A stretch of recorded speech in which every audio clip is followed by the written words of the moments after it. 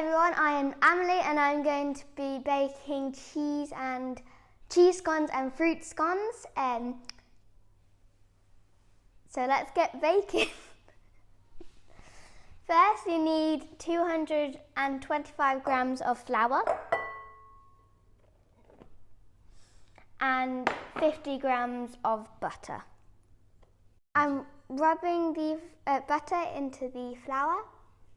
You're aiming to get it into a crumbly mixture. As you can see, my mixture is nice and crumbly. Next, you will need to add your sugar and fruit, or just cheese if you're making cheese scones. In goes the sugar. I will be making fruit scones, so I will put sultanas in.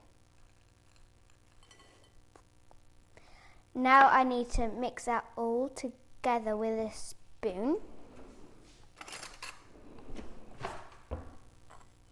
The mixture actually smells really nice. After that, you'll need to add an egg and 150 millilitres of milk.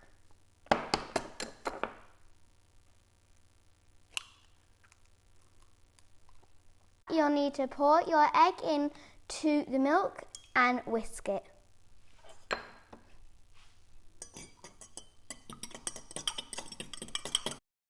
Now, once your egg and your milk have been mixed all together, you'll need to pour your mixture into your raisins, sugar, butter and flour, and you need to reserve a bit for the ending to brush some on top.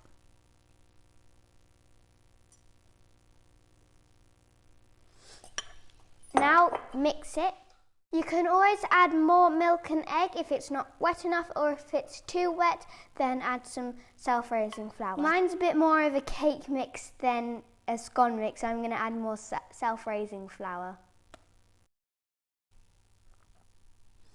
And if that's not enough, put another tablespoon in. This is a better mixture. Next, you'll need to get your hands in and knead it. Stuck.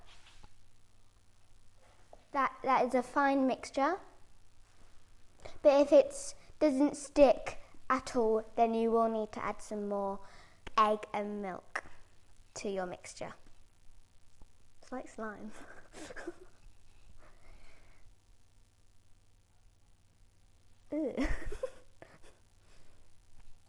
So once you've got your scone cutter, you need to put it into a thick enough shape so it's not too thin but it's not too thick. Once you've done that, you're going to just, basically like a cookie, you're just going to push it in. Then take it so it doesn't kind of stick. Before you remove the cutter, get your parchment paper and your tray. And you just want to put the parchment paper on your tray.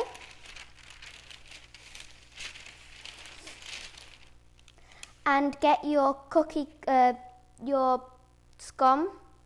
You may need to push it out.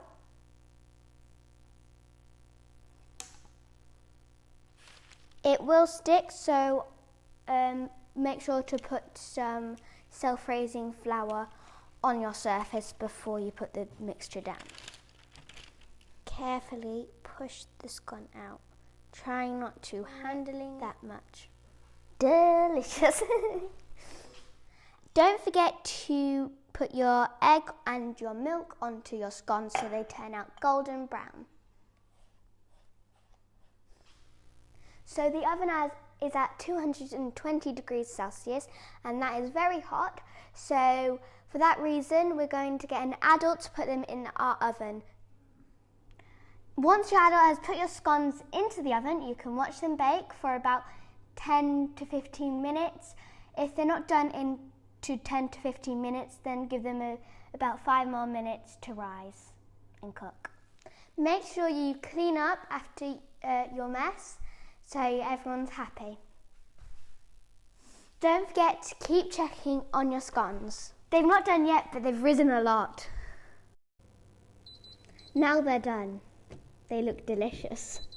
I got my friendly adult to take them out the oven. Don't forget to let them cool. Now it's time to enjoy your scones. They are way nicer when they are warm. Get someone a little bit older to cut your scones if it's a sharp knife. I'm having butter on mine, but you may want to have jam and cream. It's not spreading. Bon appetit! This has been really fun.